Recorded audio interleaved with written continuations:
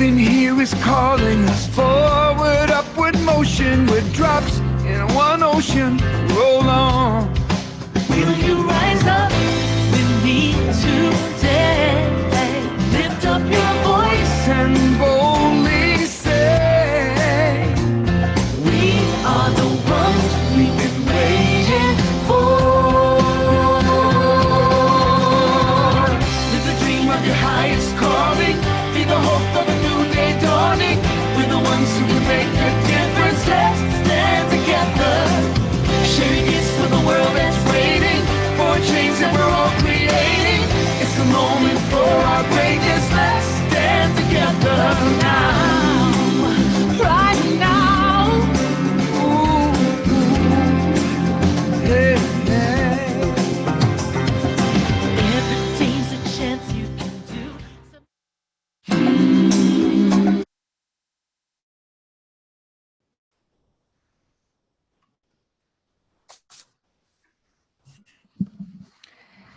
Good evening and welcome, everyone. Thanks for being here this evening. I know we've got some real stiff competition this evening with the presidential debates coming up, so thanks to those of you who are the diehard spiritual activists and who know that actually we are the ones we've been waiting for, and we can't just wait for our leaders to duke it out and figure out what to do about these issues. We have much more power than we think we do. All we have to do is figure out how Spirit can support us in helping make that real in our communities. So we're very, very happy to be here this evening. And I know that we'd like to get started right away because today's webinar on how to create and sustain an EarthCare congregation, there's a lot of interesting and somewhat complex material, and we don't want to spend too much time getting started to make sure that we get to all of our information. So I'm going to go right ahead and introduce our presenters. Beth is it Remmes or Remmes? Remmes. Mm-hmm. Remmes, Yes. Great, is a leader of the EarthCare ministry team at Unity Atlanta, and she's also a member of Unity Worldwide Ministry EarthCare team and on the education committee of the Georgia Interfaith Power and Light. In addition, she heads up the PTA Green teams at the schools where her children attend. She teaches workshops on sustainability, awakening the dreamer, and the work that connects. And she's working this evening with Mike McCord, who co-founded Unity's EarthCare program in 2008. He attends Unity Church of Overland Park in Kansas, which we know well because one of our leadership council members, Mary Omwake, was at that church for many years. He was a chaplain and started its Green Team in 2004.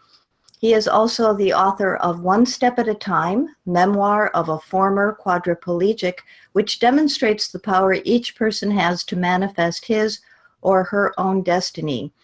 I have particular love in my heart for the EarthCare Ministry program because when the Gandhi King Season for Nonviolence reached its 10-year mark, and we decided to also create a season for the earth, the EarthCare program was one of the finest we could find.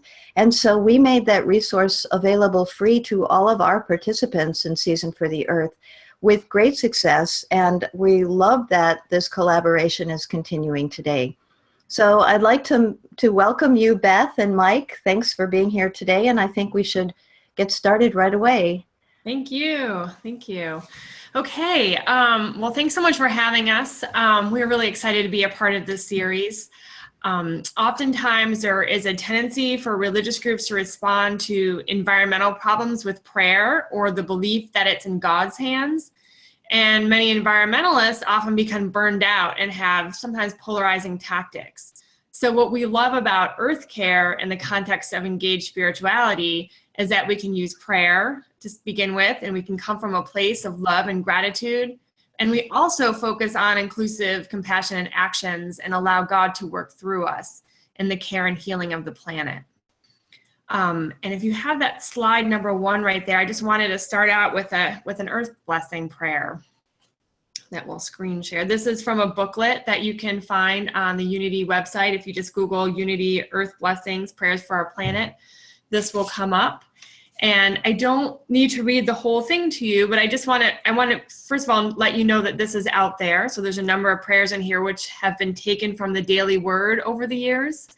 And the few lines that I just want to point out are, I am reminded that planet Earth is a wonderful gift that God has given all. I am also reminded that I have an important responsibility as a caretaker of life on Earth. So we're talking about that system of sacred reciprocity, that it's here for us, but we also have that responsibility. And then it goes on to show that example in nature. I am thankful that plants take carbon dioxide from the air and give back life-sustaining oxygen. So this is a reminder for us that we have a lot to give, but we also have a lot to receive. And from this place, we want to share more about our EarthCare program with Unity. Okay, I'll take over. Thank you, Beth. This is Mike McCord. I'm sorry you can't see me. Oh, that's probably a blessing in disguise anyway. So I'll try to give my message here. With yours, have to pretend like I'm the best looking guy you ever saw. So just hold that thought. So, but anyway, thank you and good evening. Congratulations for taking time out of your busy schedule to attend tonight's webinar. I know there's many things to do, and especially like with the debates, we really appreciate you taking your time. But by doing so, you've already taken the first step towards showing how much you care about protecting and preserving our Earth home. And you've already taken the first step, as I say, to converting your passion into action. So hopefully we can give you some ideas on how to really do that. As we mentioned, as Beth mentioned, the Unity's program, the EarthCare program, arose out on a strictly grassroots basis back in 2008. And several of us got together. It was actually started, the origins of it were started in 2001 by the Northwest region of Unity, who developed a thing called the EarthCare Plan. And anyway, the program really arose from Unity's belief in our oneness with all of life in ways that directly impact our planet home. We saw the importance of walking the talk. The vision of the EarthCare program is that all humanity lives in a spiritual consciousness that manifests as loving coexistence with all creation and care for our Earth home. And the Unity is, in fact, a ministry team, which we were proud to finally get that promotion a few years ago. But the purpose of it is really to foster the awareness of our spiritual oneness with the earth and to promote active care of creation. And as I mentioned, this is all designed around a thing we call the path to earth care. And you can show the EarthCare program slide if you would, Barbara. But really what we do is to manifest Unity's fifth principle, which says that through thoughts, words, and actions, we live the truth that we know. The plan is actually based on the 7-step path to EarthCare. And we'll be going to this in more detail, but basically it is pray, vision, act, inspire, learn, share, and renew. So by following this is really an action plan that we designed. It's very flexible. And we did it that on purpose because we know how Unity types are, and I know New Thought people are the same way. You don't tell them much. You got to let them, give them the idea, let them take the lead. So the program is really very flexible, and you can do take it many different directions. But anyway, by doing this, you'll put an earth-oriented spirituality into your ministry. And we had the website there. As you can see, there are a lot of resources on the EarthCare webpage. I won't read them all, but there's a lot of good things, and there's lots more too. And I want to just really make it clear that we're more than willing to help you in any way we can, as far as ways to start a green team and keep it going. We have a lot of ideas, and I would just love to help you with that.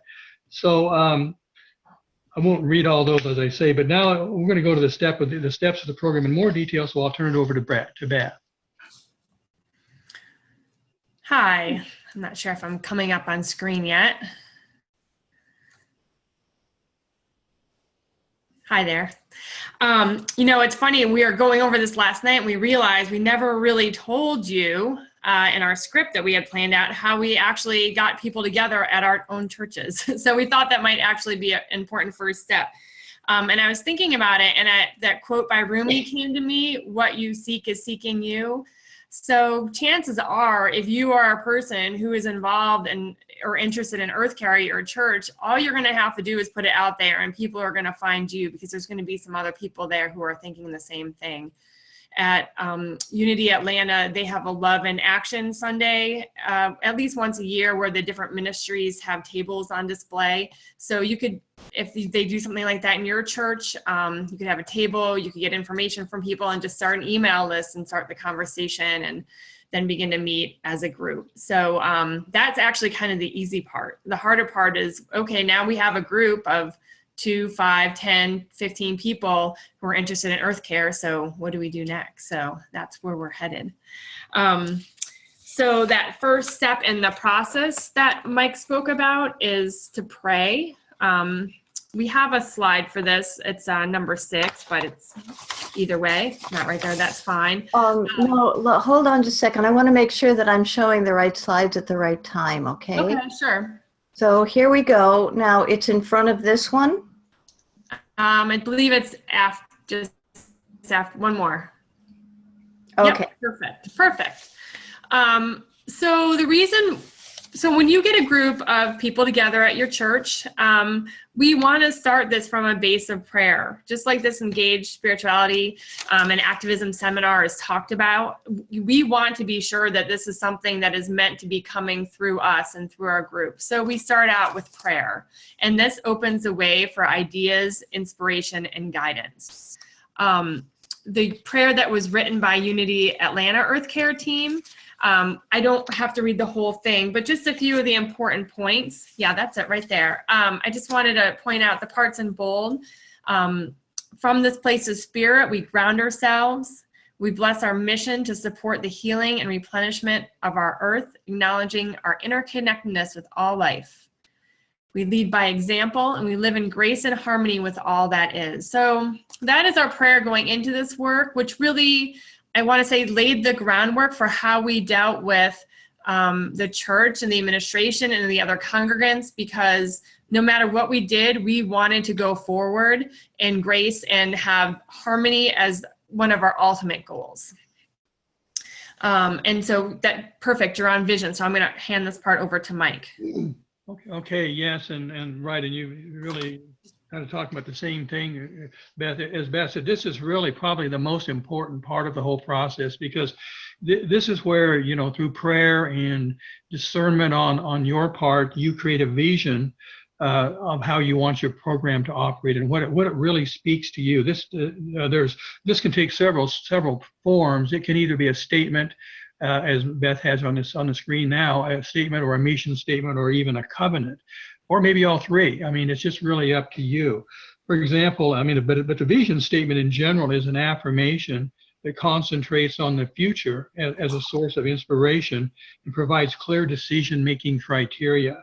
So a vision statement is very important for future planning. For example, just as an example, ours at Unity of Overland Park, we adopted, and we started our program in 2004, I believe, but is to promote stewardship of the environment and an awareness of our oneness with the earth. Then as far as the mission statement, that's the next step down, and that's really, it's kind of like the next step of an action plan. It gives all the critical goals that you want to achieve and how you want to accomplish those. And again, at our church, I won't read it all, but we had a mission that was really going to promote active care of creation. And then we identified 4 separate areas that we concentrated on, and we use that as we still work off of that framework. And then again, and of course, then there is the sample EarthCare covenant that you see on the screen now, and that's a really it's a sacred document. It truly is. It expresses the ministry's vision for EarthCare and care of creation and the actions that they want to take to express that vision. And it should be considered a pact between the congregation and spirit. This one that you see it's actually quite eloquent, and you can be more than happy to use that. It's in the EarthCare program, but you can also adopt your own. Churches have done it both ways. So okay, now be the next step 3 will be the action step, and Beth will tell you about that. Okay, thank you. So our next step is take action. Just a few more slides ahead. And so now we've done our prayer and we've done our vision. Perfect, thank you. We've done our vision statement, and now we're ready. We're ready to take some action. We're gonna want to hopefully decrease our environmental footprint a little bit as a church and as congregants. So one of the first things that I recommend, it really helps get everyone on board, is to do some sort of energy audit or environmental audit. We have some documents on our website that, on the Unity EarthCare website, that can take you through it. Also, Interfaith Power and Light has a great program. We did ours through Georgia Interfaith Power and Light. And what it does is it assesses all the aspects of a congregation's environmental practices. So it looks at the building itself. Is it well insulated? What are you using for energy sources? Is it weatherized? It looks at all your lighting. So are you using LEDs, or are you using CFLs, or is there a way that we can save there? It looks at water, both in the bathrooms and if you have kitchen. So it goes through all of those areas, and it develops not only like how much you're spending on those, but ways that you can save. So that's why that's a really great place to start, because it gets pretty much everyone on board in the congregation. When they hear, oh, we could save money by making some of these changes, it's a really great way to get started. After that is all done, and you can, maybe there's things in that you'll say, okay, we want to focus on X, Y, and Z from that facility assessment. And, or we might also want to do other things that we're going to focus on in the church. So some of those, as you can see on the screen, are maybe want to get our congregants to know each other better and carpool, save some gas on the way to church, or promote walking or bicycling or using public transit. Creating a recycling program. I don't want to take up too much time with this, but it is important. And I know it was one of the things that was listed as a deliverable on this webinar, so I want to speak to it for a minute. Recycling is a great way, it's a great visual for people walking into your church to know that this church is committed to EarthCare. If they see those little buckets with the recycle sign on it, it is a sign that is something the church cares about. So it is important, not just from a recycling standpoint, but it does send a strong message. I think really to start one up, you have to go and see where the church is located and what the town, you're going to have to work with the county and the town and what they do for recycling and pickups. In our location, we didn't have a pickup, so we had volunteers who would take stuff home to their curbside. So please feel free to contact me after this if you have more specific questions about your recycling program in your church. But it is something important from both a resources point of view and a visual point of view. I know last week you had a seminar on conscious consumerism, which is really informative. And the next few speak to that, of talking about reducing and reusing the waste in the church, buying, maybe not buying styrofoam, or, you know, if you can't reuse a plate, at least buy something that's compostable and biodegradable. It would be great if we can incorporate more vegetarian and vegan snacks into different meals at church. Another take action item is looking at your outdoor spaces. A lot of churches have beautiful gardens, so if you can look to use native plants, that's wonderful. We harvest rainwater with rain barrels. Again, that's cost savings as well. And then lastly, if you don't have a space, there are many parks around churches that are looking for people to come and help with their trails or pick up litter. So there's certainly ways to be involved outside. And if these are not enough suggestions to get you going, on the EarthCare website, there is a suggested actions item, which will give you about 10 times as many ideas of what to use. Okay, we can go on to Mike. Okay, I'm going to move and talk about inspire, step number 4. Well, with inspiration, our vision begins to move out into outer expression. Ministries can inspire care for the earth by including a number of activities that include such things as Sunday services, prayers, music, and spatial ceremonies. The truth that God is everywhere present in creation then becomes alive in people's hearts and minds and translates into daily action. We have a list of different sermons that you can do throughout the year that Beth put together that is really very helpful. For every month, there's usually a topic you can include. I'll just run through a few of them. I won't read everything that's included, but there's New Year's resolutions in January. In February, you could talk about Valentine's Day or even love your Mother Earth. March, of course, is the spring equinox, and the themes of balancing light and darkness and planting seeds in fertile soil can be really, really powerful metaphors that fit in perfectly with Unity's message and New Thought's message. And of course, April, naturally, our biggie of the year is April, when EarthCare, Earth Day comes. And you can actually, in our case, we've devoted the entire month to Earth Day. There are all kinds of things you can do around it, including through Sunday services, of course, is part of that. But there's other things available. Many things you could do. I'd be happy to share with you on our activities list.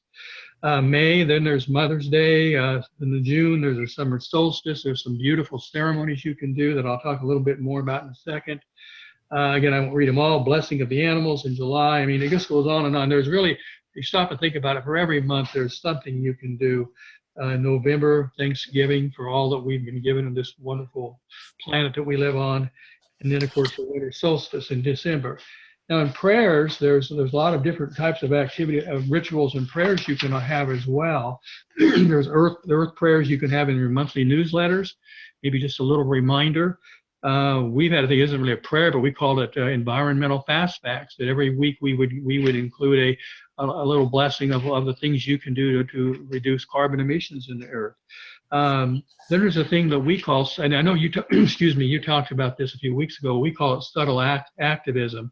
And I won't go into it very much, but this is a wonderful way to just basically hold a consciousness and a collective healing in your hearts for social change and for the highest and best good of everybody. It can take many, many forms, and it does work, as we found through the global consciousness experiment, as well as through Garland Landris tests that have been featured on What the Bleep Do We Know. So prayer does work. It really, truly does. And of course, various meditations and things you can do along the same way. Music is another great method you can use. It's a very, very much of an important part that really touches people's souls. Unity has a most wonderful song that we've adopted. It's called I Dream. And it was written by Lisa Firestone, and you might Google it sometimes. I never watch it without getting tears in my eyes and a lump in my throat. It's truly beautiful. But there's many other songs that you can adopt, and we have a list that we can provide you if you'd like. Finally, special ceremonies is another way to inspire people. Again, many ideas. I know at our church we've done something we call the blessing of the seasons. We do it around the summer solstice. We go to a local park and we do a wonderful ceremony, and along with it we do a blessing of the water ceremony. So they're really, these things can really move people's spirit and really get them involved much more involved in your program. Labyrinth walks, tree blessings, medicine wheel ceremonies, the list goes on and on. But use your imagination and you can really change the world. So I'll turn it over to Beth now to talk about step 5, learn. Thank you. So we've done a lot of action items and we've inspired people and wove a lot of sacred ceremony into Sunday services. And there's always still room to learn more. And this is something that is really great way to open up the learning to everyone in the congregation, not just people in your EarthCare ministry.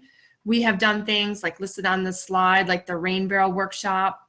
We had a presentation from Citizens Climate Lobby, which was really interesting. We had a composting worm demonstration.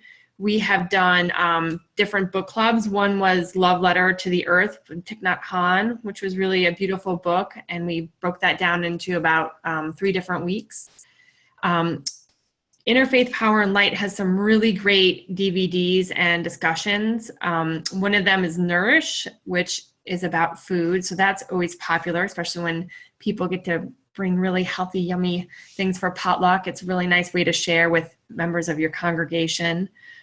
For the Cool Congregations Challenge, which again is another Interfaith Power and Light challenge, we selected a checklist that said people could learn how to save energy in their homes. And one of the ways we got people to do that and come back, because we wanted to be an action item for them as well. So we gave them suggestions and asked them to return the completed checklist.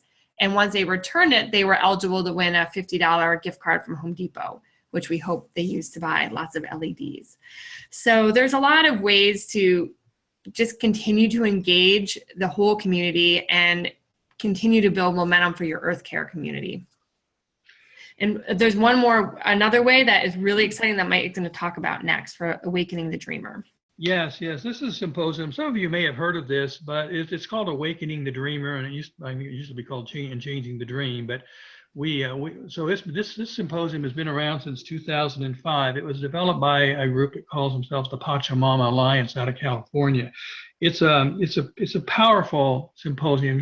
Some of you might have seen it, but it's got the vision of the Awakening the Dreamer is to bring forth a world in which humanity lives in a spiritual consciousness that manifests as loving coexistence with all creation in care of our earth home, a world that is environmentally sustainable, spiritually fulfilling, and socially just. It's very professionally done, and it's been shown in, I think, something like 70 countries, and I'm a facilitator for it. And it really is, it moves you to action. Well, in 2013, Unity collaborated with the Pachamama Alliance to adapt it towards Unity audiences, which of course we're like mashed potatoes and gravy together with New Thought, and it would apply absolutely towards you as well, anybody in the New Thought movement. And we added various teachings that are New Thought type teachings, some videos, and some biblical references and talks that really are very appropriate. Well, the symposium can be shown in either a 2 or a 3 hour version, and you can bring this to your community. We have a lot of stuff on our website, as you can see here on this slide. What you need to know, all the handout sheets, things, all this, the different kinds of information, how to put commitment into action, and all declaration cards, and on and on. And this is just on the EarthCare website. Now on the Pachamama website, which is like, I think it's www.pachamama.org, they have facilitator training meetings available that you can do. They have a community outreach groups you can connect with to become involved, and many other resources. It's a great resource, and I promise you, if you bring this symposium to your congregation, it will motivate them. I mean, they'll be touched, and I would bet you they'll want to get involved in the EarthCare program. So it's a great way to get going. And also the neat thing about it is that it has a component. It's not just a talk. It's a getting into action type of event. And we've added a separate meeting at the conclusion that talks specifically about EarthCare and all the nuts and bolts that go with it. So it would really be a way to jumpstart your program. And with the next slide, I'll show you there is a 15-minute trailer on that's available that you can get as well. But I just wanted to just offer to anybody on the call or hears this later that I would really be happy to discuss this with you personally as to how you might bring this symposium to your congregation, how you can be trained as a facilitator. And if it's close enough, I might even come and do it for you. But anyway, I'd be more than happy to help any way we can. So, okay, the next session is share. And this is sort of the pass it forward portion of the path to EarthCare. Once you've got your program going, it's really important for you to pass it forward to others, but to show others what you've done both within your congregation and the larger community. This can take many forms, of course. Networking with other groups reminds us that we're not alone in our task for creation. We have local groups here, and I'm sure you do in your communities as well, that just you can team up with to really pass the word around. Interfaith Creation Care Centers is another one. Local conservation groups. I know the Sierra Club is active in most places, and other denominations too. One thing we did, and that you might consider, is setting up an email exchange with different congregations in your area. But anyway, and of course through mass media too, there's a lot you can do to promote both social activism as well as your message through various means, radio and TV and the newspaper and newsletters as well. We have a newsletter ourselves that's been very useful too, and also have articles in magazines. But finally, another thing you can do that just really shows a leadership position is to actually adopt a climate change resolution. We were very pleased and honored that the Unity Worldwide Ministries adopted a climate change resolution in 2015. And I have the resolution itself. I won't read it all, but basically, it contains a really important message that conveys that all of humanity, that humanity has been primarily responsible for climate change, and we affirm that it will be humanity which will coexist, co-create a vision of the environmentally conscious use of energy in our planet's fragile resources. It sent a message to all of the Unity congregations, 500 and some of them, whatever there is. And then not long after that, our church at Unity Church in Overland Park adopted its own climate change resolution. So I would just encourage the Association for Global New Thought to consider adopting their own climate change resolution, as well as individual congregations, and would be happy to help you with that if you need to. But I think it would show a great leadership position. So, okay, step 7 is Beth. Okay, we've been through a lot so far. So it brings us to the next step, which is 7, renew. And we're going back to that sacred reciprocity that we spoke about in the beginning. We've given a lot of action. We've had a lot of focus on education. And now it's time to just bring it back and renew and remind us of why we are doing this work in the first place. At Unity Atlanta, we have had meditations. For example, we've used the oneness meditation. We have also had some medicine wheel ceremonies, which, as you can see on the screen here, it's kind of like walking a labyrinth, but it's really powerful. And even though it's a lot of work hauling those heavy rocks, everyone who goes to those always get a lot out of it, and it makes all that effort very worthwhile. We have had a showing of a beautiful Earth Songs DVD, and that was just for enjoyment. It wasn't try to educate anyone. It was really just to kind of reconnect with the reasons we're doing this. We also have an outdoor adventures team at our church, and there's a lot of crossover between the people on that ministry and the EarthCare ministry, and they go on hikes, whitewater rafting trips, zip lining, biking, and many other outdoor activities. So it's just really important to remember to take this time to renew, because in a church, there's always going to be seasons of when you're really busy and really active, and then there's going to be some downtime. So this is a really good way to work with those ebbs and flows in your ministry. Okay, all right. Well, I'm going to conclude things here now. I guess after all that you've heard, which again is just basically skimming the surface of it, I guess the question arises: why get involved in an EarthCare program of any type? And well, of course, there are many reasons that there are, both from a concrete standpoint, from a business standpoint, and obviously from a deeply from a spiritual standpoint. But I guess the thing of it is by embracing the vision of EarthCare, you will integrate an earth-oriented spirituality into your ministry. And doing so will foster an awareness of our spiritual oneness with the earth and help promote active care creation.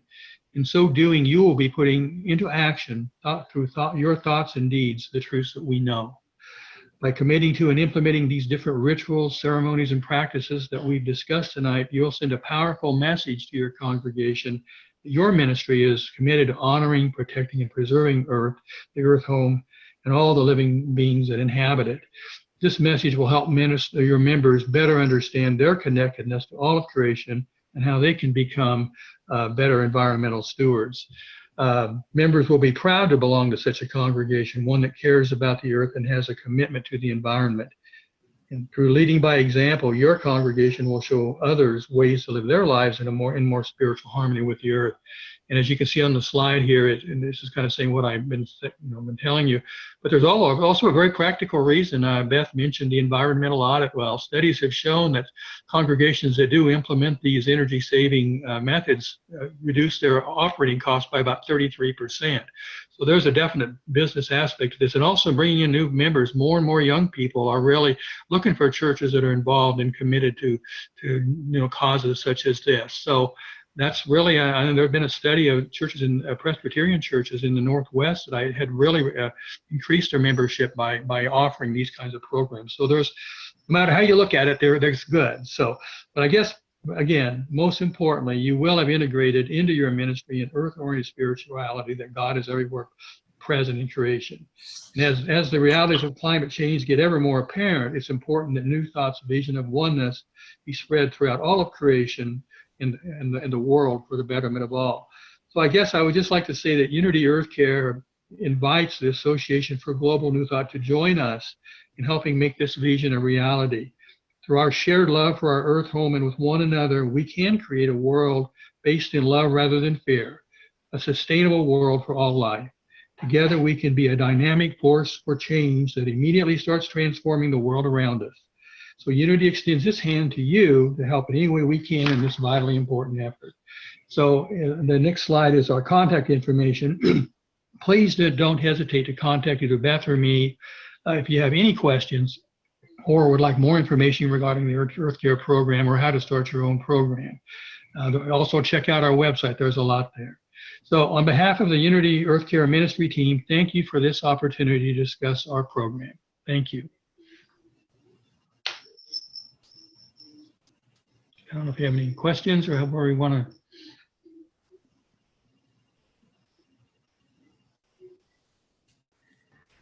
Sorry, I was just trying to get your website up there, so let me give it another shot.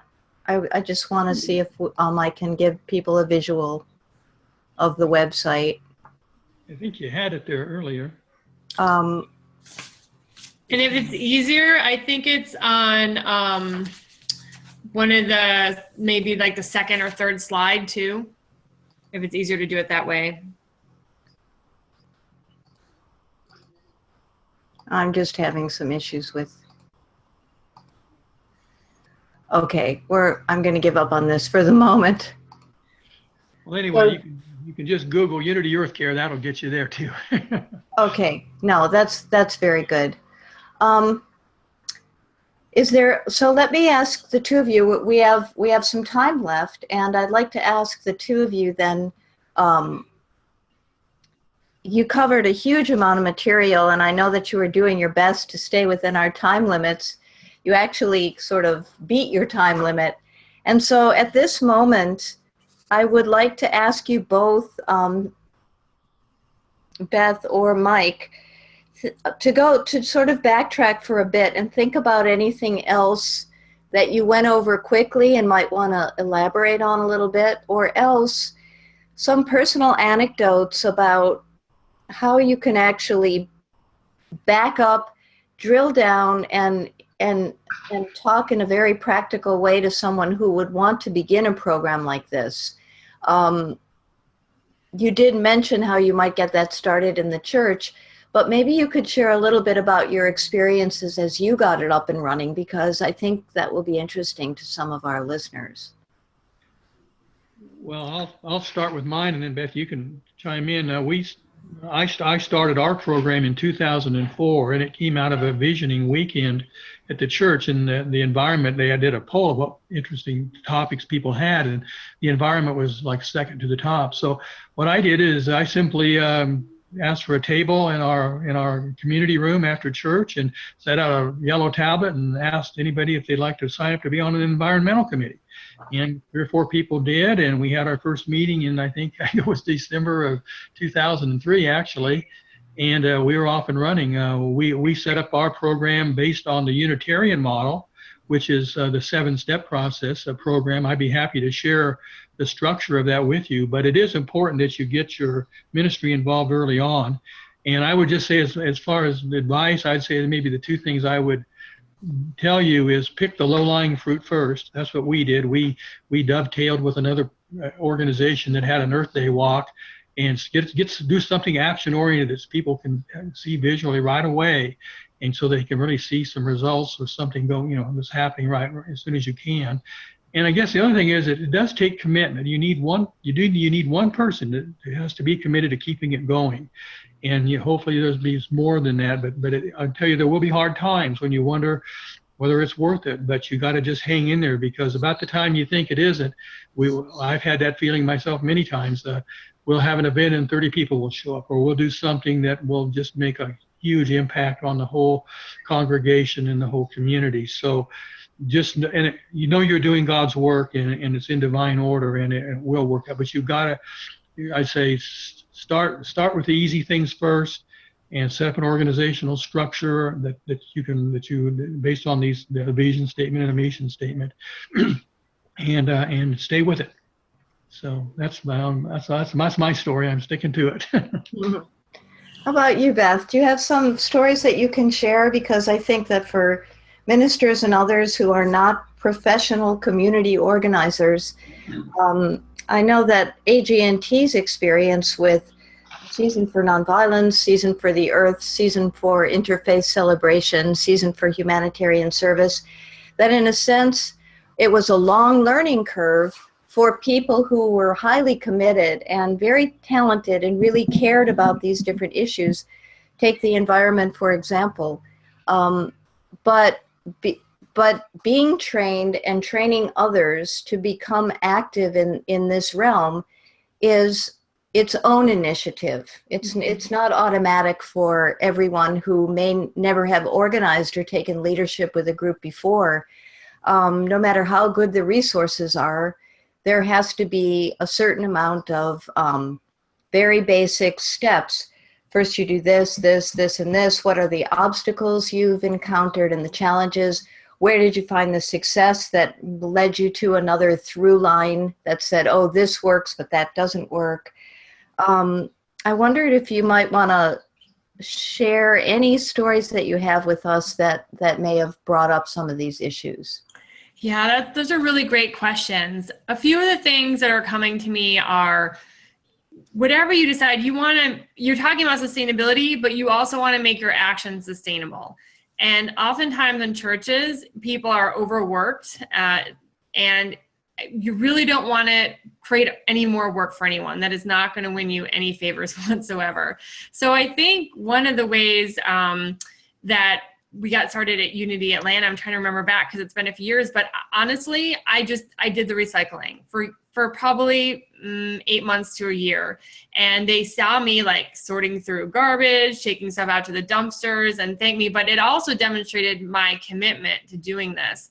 And kind of some humility involved in that too, right? As I'm picking out the dirty Kleenexes and things, not always the most glamorous job. So really kind of demonstrating your commitment to it and not asking anyone else to do that work for you, and also not asking for a lot of funds right away. So kind of starting slow and doing that low-hanging fruit that Mike talked about. Also, as far as, I think you had mentioned something about like how to decide what to do. Once you get that email list and can find a meeting time for people, which it usually works either right before service or right after. So not picking, a different day, just try to get people when they're already there on a Sunday and get together. And chances are someone in that group is going to be a member of the choir, and they're going to have an in to the choir director to maybe mention some Earth songs that they care about, or something. At the very least, start with something like for Earth Day. But that's kind of how that works. And then there might be someone in that group that is also a teacher in the youth program. So they might say, oh, hey, I know this month the theme is interconnectedness. Maybe we could do a Web of Life activity. So within the EarthCare ministry, you will have people who are interested in other areas and already associated with other areas of the church as well. And that's how it starts to kind of connect the dots. And I guess too, I always ask myself, like, how can we most be of service? So I remember when there was the huge oil spill in the Gulf, and a lot of people, not just the EarthCare team, but a lot of people really feeling pain by that. And so we talked with the chaplains, and we were able to set up a time for prayer and meditation to address that issue. So always really looking for ways that we can be of service in our community, whether through prayer or healing, or things like, can we take out the recycling today? Yeah, no, that's great.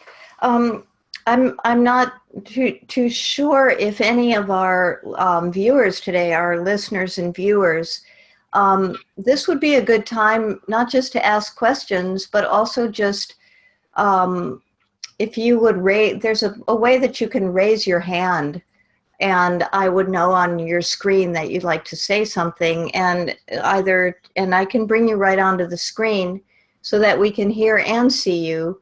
just to hear what are your thoughts about this topic. If you have a question, what makes you particularly interested in this topic, or if you have had any experience either as an individual or with a congregation or with a group in your community, not necessarily a church.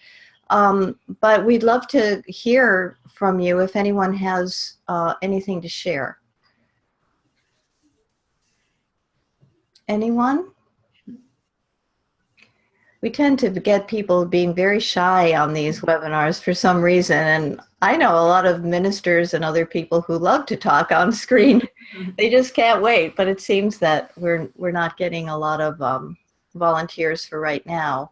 Well, while we're waiting too, I can just, I don't know, ad lib, I guess, but talk a little bit about just the ways that I've seen churches, it grows the church community, but also connecting to the larger community in the area.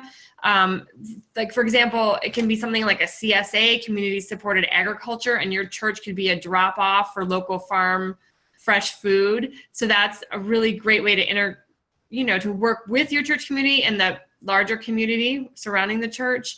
Also, it's a way to be active, like the Citizens Climate Lobby came and talked to us. And from that, people could gather and they could write to their senator. They could talk about going down to the Capitol, all these kind of different ways to increase those bonds. Sometimes in a really big ministry, it's hard to know, like you just kind of walk in and walk out. But if you have this little EarthCare ministry and people who are dedicated to the same issues, you find other ways to connect outside of the Sunday morning, which really builds for a richer experience overall.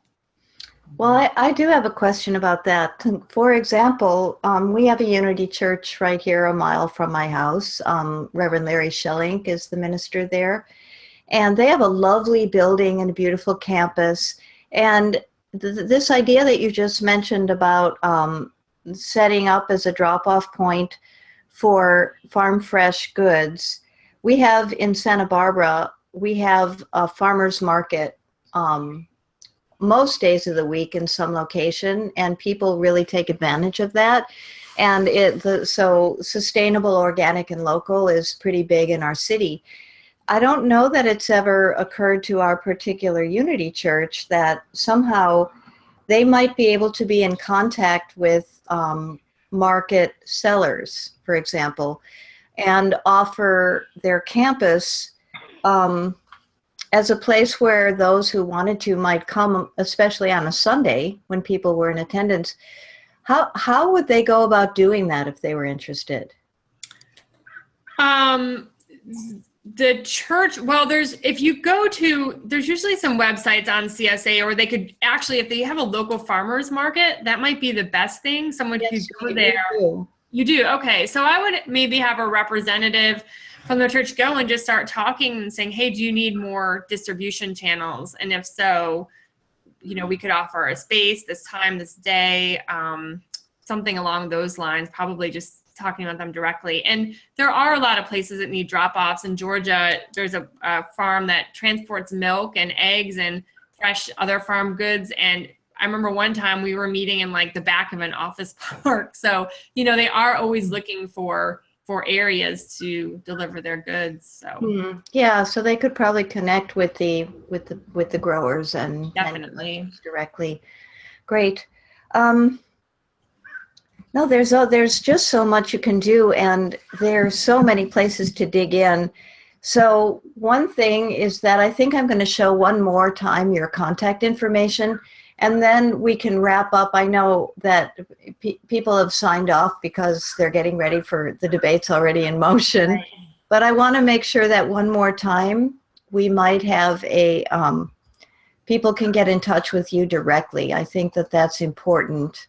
Yes, definitely. Absolutely. And if you end up wanting to, if you want to close with that I Dream video, that's a really beautiful song. You might want to do that if you're looking to fill a few more minutes. Yeah, well, let me see where can we find that one then? So the link to that was on the Inspire slide. Oh, okay. So I think it was. Well, on this particular platform, I would need to put it on, it's not this one, right? No, it's about in 12 in, I think, on that PowerPoint that you had. Okay. Because a lot of times this platform won't allow me to go directly from the slide. Oh, But okay. you're saying, but let's give it a try, because I'd like to do that if we can. Okay, so it's here. I'm just going to paste it into my browser because it's not. Yeah, that's probably the best way to do it. Okay.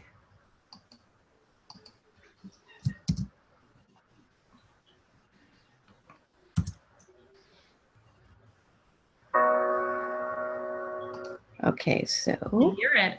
That's it. you can hear it. Okay, let me see. Mike, if I get out the can. Kleenex. I know. I'm going to cry.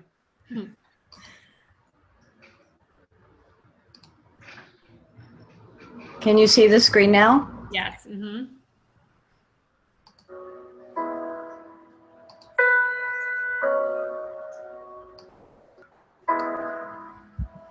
I dream of a world where wild tigers are more than memories and shadows in tall grass.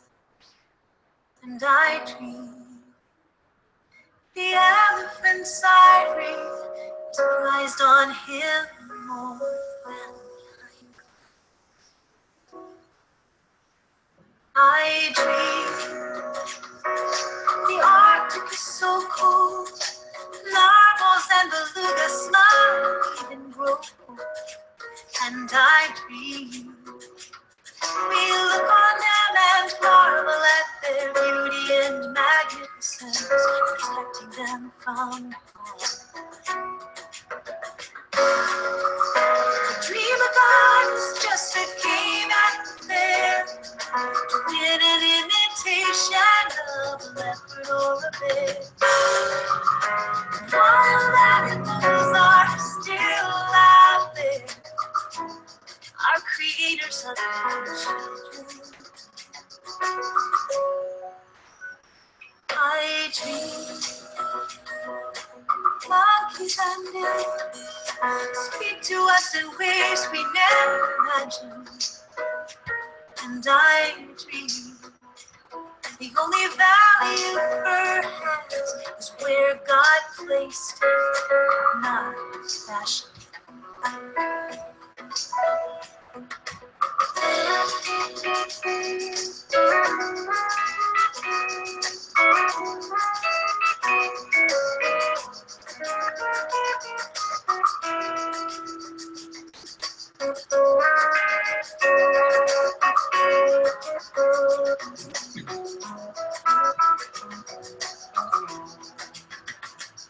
I dream grizzlies and wolves roam free of dangers from above or in the snow.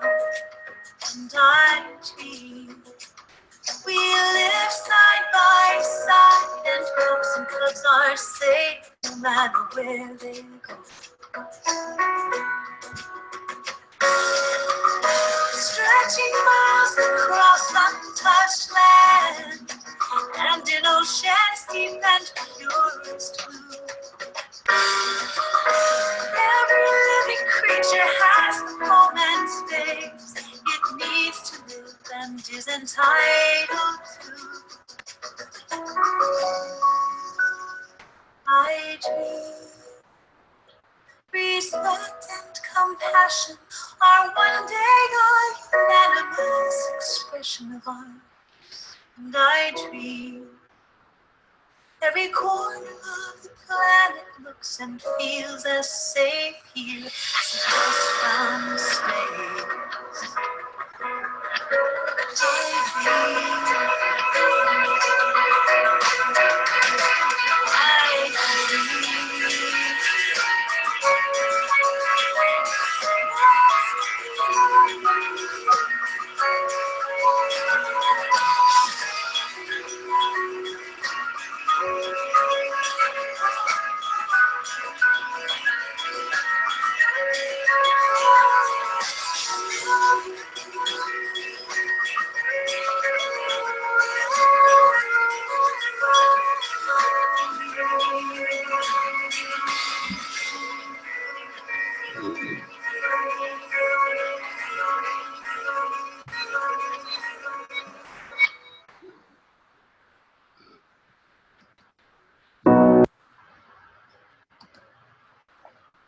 Yeah, you're right.